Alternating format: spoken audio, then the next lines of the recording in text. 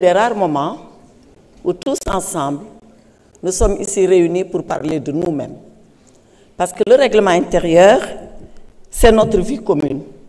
Comment nous allons fonctionner, comment nous allons nous comporter, comment nous nous organisons, comment nous débattons et comment nous sommes sanctionnés quand nous sommes coupables de faute. Voilà pourquoi cet exercice est un exercice important. Et voilà pourquoi, quand on l'engage, on demande à ce que l'Assemblée nationale, dans toutes ses composantes, c'est-à-dire la majorité, l'opposition parlementaire, les non-inscrits, que tous se mettent ensemble et essayent de porter un texte qui est le socle de leur vie en commun. Et à cette étape de mon propos, je voudrais remercier tous les collègues parlementaires. En premier, le président Ayib Daffé, qui a été le président de cette commission ad hoc, qui sont venus et qui ont travaillé d'arrache-pied à ce que nous sommes en train de vous proposer ce matin. Alors, qu'est-ce que nous vous proposons ce matin? Ce que nous vous proposons ce matin, c'est un texte qui est fondé sur 3 principes directeurs. Le premier principe directeur, c'est de faire de telle sorte que l'Assemblée nationale, assumant sa responsabilité souveraine, joue pleinement son rôle.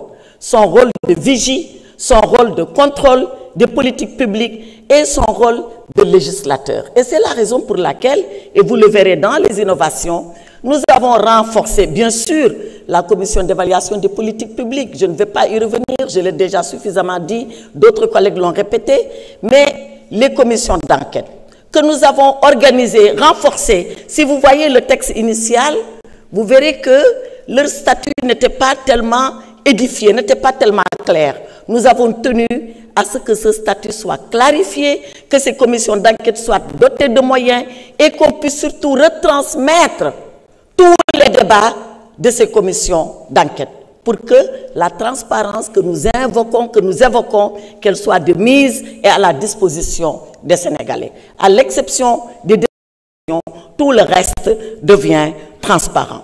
Certains nous ont dit en commission, et même avant, mais pourquoi vous avez séparé l'élection du président de l'Assemblée nationale d'avec celle du bureau? Pourquoi le président est élu pour 5 ans et pourquoi le bureau est élu pour 1 an? Nous avons pensé que nous devons maintenir cette disposition en introduisant une innovation telle que mon collègue l'a rappelé tout à l'heure.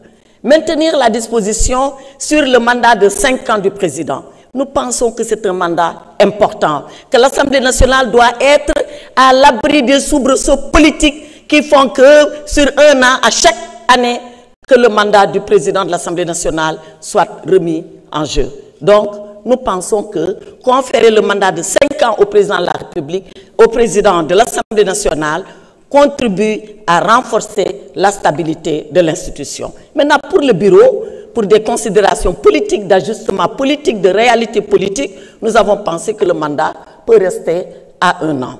Et ça fait partie de ce que nous avons pensé comme étant une innovation. L'autre chose à laquelle nous avons travaillé, c'est la protection du député.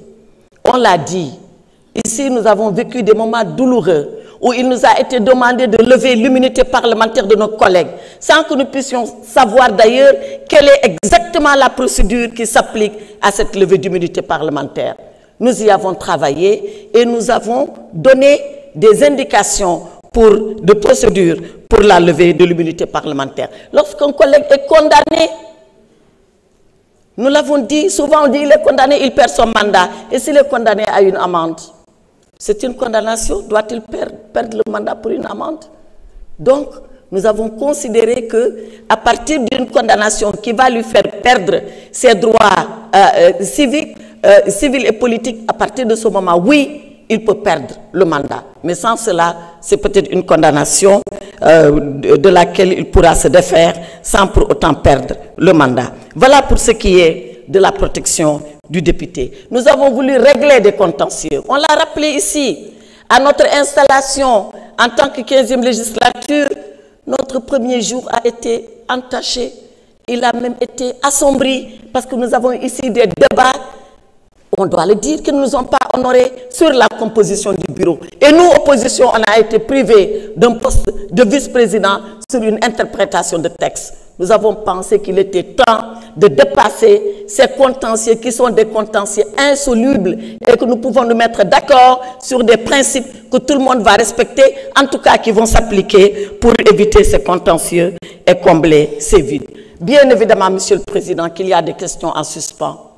On n'a pas tout réglé, parce qu'on a beau être un comité technique, on est des politiques et nous avons eu des divergences de politique sur le nombre de députés qu'il faut pour former un groupe parlementaire. On n'a pas été d'accord. J'avais proposé personnellement qu'on puisse rabaisser le seuil et bien évidemment, la majorité est pour le maintien de ce seuil. Et j'ai prié que cette majorité devienne rapidement une opposition pour qu'elle soit rappelée à cette réalité. Et sur la Haute Cour de justice, nous n'avons pas pu, parce que nous avions un plafond au-dessus de notre tête, c'est la Constitution. Mais Monsieur le Président, tout le monde sait que la Haute Cour de justice, elle doit être réformée. Et j'entends certains dire, oui, vous étiez là, pourquoi vous ne l'avez pas fait? Est-ce que c'est un argument, cela? Ce n'est pas un argument. Ce n'est pas un argument qui tient la route. Et on a beau avoir été là, on n'a pas mis en branle la Haute Cour de justice pour des raisons que nous savions. Et aujourd'hui, il est temps de revenir à cela. Pour finir, Monsieur le Président, mes chers collègues, l'exercice consistait à vous proposer une réforme. Mais ce n'est pas la finalité. La réforme, c'est bien. C'est l'application qui est mieux. Il faut que ce règlement intérieur, nous prenions l'engagement de l'appliquer. Et pour l'appliquer, Monsieur le Président, on dit toujours que le Président de la République est le gardien de la Constitution. Vous, Monsieur le Président, vous êtes le gardien du règlement intérieur. Seul le règlement intérieur vous met là où vous êtes et vous indique de nous dire, nous, ce que nous devons être et comment nous devons l'être. Donc, soyez le gardien du règlement intérieur. Soyez le gardien, certes, intransigeant du règlement intérieur. Mais soyez aussi parfois le gardien bienveillant quand vous pensez que cela vous pouvez le faire. Mais soyez surtout le gardien équidistant du règlement intérieur. Et le gardien équidistant, c'est de considérer que dans cet hémicycle, majorité, opposition comme non inscrits ont les mêmes devoirs, qu'ils ont les mêmes droits. Nous vous faisons confiance, mais nous resterons vigilants. Je vous remercie. Merci. Je pense que vous pourrez assister que je le suis déjà et je le serai, Inch'Allah. Honorable Ayib Daffé.